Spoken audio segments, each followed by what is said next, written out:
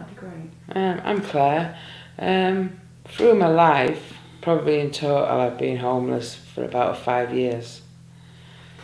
And you said that that's been, a lot of the problems have been drug related. Yeah, definitely. And if I wasn't homeless, I was in a hostel or prison. Cool. My name's Dave, and I've kind of like been homeless here and there since 15, little, you know, every other year or every year for a few months here and there, you know.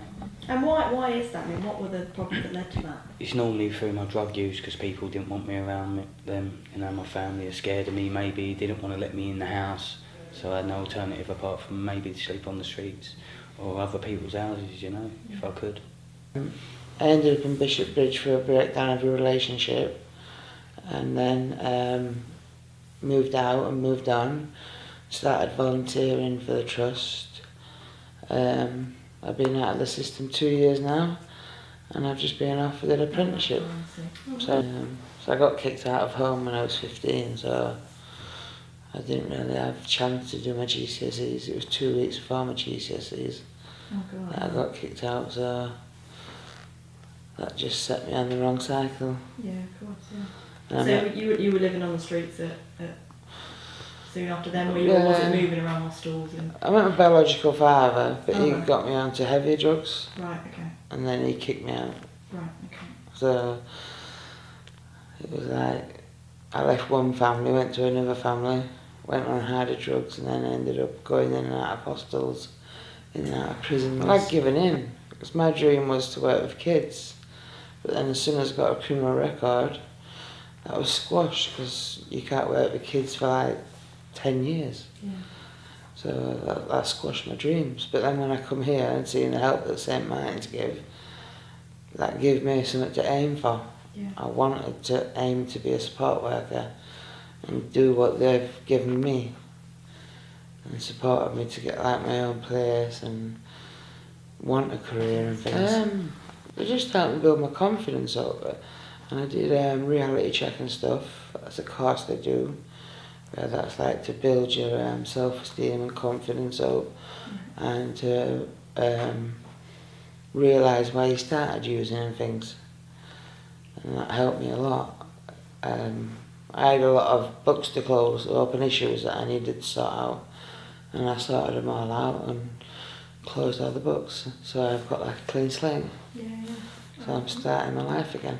Well, I'm from Essex originally, and when I was younger I was homeless a lot of drug use, same as Claire, a lot of prison, and then I come out of jail and I was clean, and I was kind of scared to come in here, to be honest, because you do have some people in here that, you know, use drugs and that, but eventually I got in here and got through it without, you know, picking up drugs with other people, and then I got moved in onto another house which I'm in at the moment, that I share with a couple of people, and I've just continued getting support from them, you know, go and do this thing with them.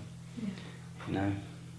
I know it sounds like a silly question, but what is it like, just so people can really understand? I mean, to find yourself sleeping on the street, what is that like? It's depressing. It's, you know, you live in fear, don't you? You don't know what's going to happen from one day to the next, you know. Yeah. And so now you're also part of the programme, and you talk to kids at schools. I mean, how do you find that? What is that like for you? It's rewarding. You know, I enjoy doing it. It's a message to be carried, in it, you know, and like we said before, they can't say nothing to us. We've experienced everything and we've been through it, you know. We haven't learnt this stuff from books, you know. We've been there, done it, so, you know. Okay, so I'm Nikki King and I'm the Life Skills Development Coordinator. And you set up the project, didn't you? So what went into that? What was the background behind it? It was some of the residents that came up with the idea that we're not saying there's anything wrong with education in schools, but the idea was that children could take more from our residents having lived the life of substance misuse, whereas a teacher couldn't share perhaps their personal experiences. The volunteers that I have are quite prepared to stand there and discuss all the issues that they've gone through, and the feedback we've had so far from the schools and the pupils we've spoken to, they just think it's brilliant, because they're seeing it from the real side of what can go wrong. The feedback's brilliant. And they'll come up to Dave and Claire afterwards and say thank you so much for coming in and how brave they are standing there sharing their stories, shake their hands. And it's, they get some quite inspiring messages back from the children, which I think just helps them carry on doing it as well. We're charging the awfully expensive price of £1 per pupil. Right. That's a bar of chocolate for every child. And if, like Claire and David both said, if in every school we can stop one child going down this route, I don't think there's a price you can put on that